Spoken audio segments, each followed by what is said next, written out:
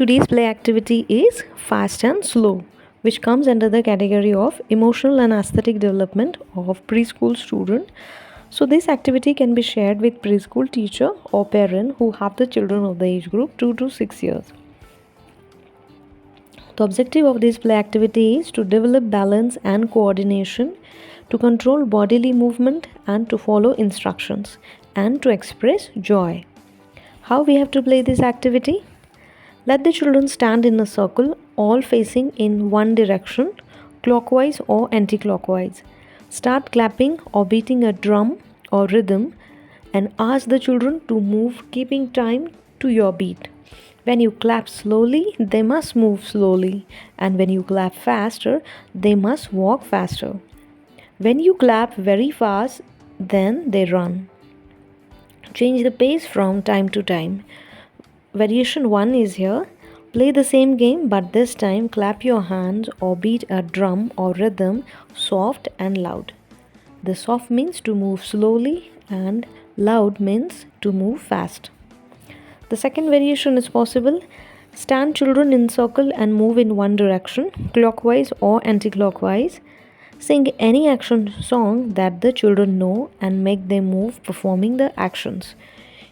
Use different speeds and rhythm, styles and shapes.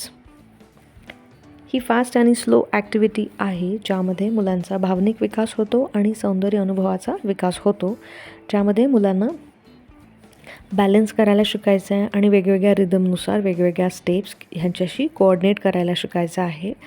ह्याच्यामध्ये मुलं सर्कलमध्ये उभे असतील, सगळे एकमेकांशी पाठमोरे होऊन एक तर क्लॉकवाईज किंवा अँटी क्लॉकवाईज डिरेक्शन्समध्ये मुलं उभे असतील आणि आपण एक रिदम किंवा बीट ड्रम करणे, एखादा ड्रम वाजवणे किंवा टाळ्या वाजवणे अशी ॲक्शन करत मुलांनी त्या टाळीचा आवाज किंवा त्या ड्रमच्या आवाजानुसार त्यांच्या मूव्हमेंट करायच्या आहे. जर आपण हळूवार टाळी वाजवत असेल तर मुलं हळूवार फिरतील, आपण जर मोठ्याने टाळी वाजवत असेल तर मुलं मोठ्याने फिरतील, किंवा मोठ्याने आपण आणि ड्रम वाजवण्याच्या रिदममध्ये आपण जसा व्हेरिएशन करतो, जसा बदल करतो तसा मुलांनी त्यांच्या फिरण्यामध्ये बदल करायचा आहे.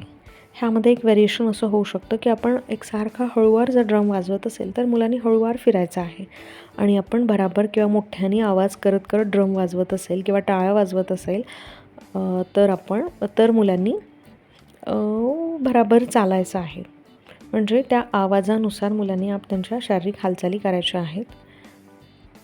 त्यानंतर इथे आपण मुलांना एक दुसऱ्या व्हेरिएशनमध्ये मुलांना सर्कलमध्ये उभं राहायला सांगू शकतो, क्लॉकवाईज किंवा अँटी क्लॉकवाईज, आणि एखादं गाणं आपण म्हणू शकतो किंवा मुलं म्हणू शकतील. जे मुलांना गाणं आधीच माहिती आहे असं गाणं म्हणत मुलांनी त्यांच्या शारीरिक हालचाली करायच्या आहे. त्यामध्ये वेगवेगळ्या स्टाईलनुसार वेगवेगळ्या शेप्समध्ये किंवा वेगवेगळ्या ट्युनिंगवर आणि वेगवेगळ्या स्पीडनुसार ह्या ॲक्शन्स मुलांनी करायच्या आहे, जेणेकरून मुलांना इथे ज्ञान होतं की फास्ट रिदम जर असेल तर बराबर मूव्हमेंट करायच्या असतात, किंवा हळूवार असेल तर आपणही आपल्या मूव्हमेंट शारीरिक हालचाली या हळूवार ठेवायच्या आहे ह्याचं. आणि इथे परत मुलांचं कॉन्सन्ट्रेशन वाढतं, लिसनिंग वाढतं की रिदमनुसार आपल्याला चेंज करायचं आहे, तर ह्याचंसुद्धा मुलांना ज्ञान मिळतं आणि एक अवेअरनेस वाढते, अटेंटिव्हनेस वाढते मुलांमध्ये, आणि मुलं आनंदी तर असतातच. कुठल्याही शारीरिक हालचाली किंवा कुठलाही गेम घेत असेल आपण, किंवा डान्स असेल किंवा इतरही मूव्हमेंट्स असतील, तर मुलांना ग्रुप ॲक्टिव्हिटीमध्ये खूप मजा येते.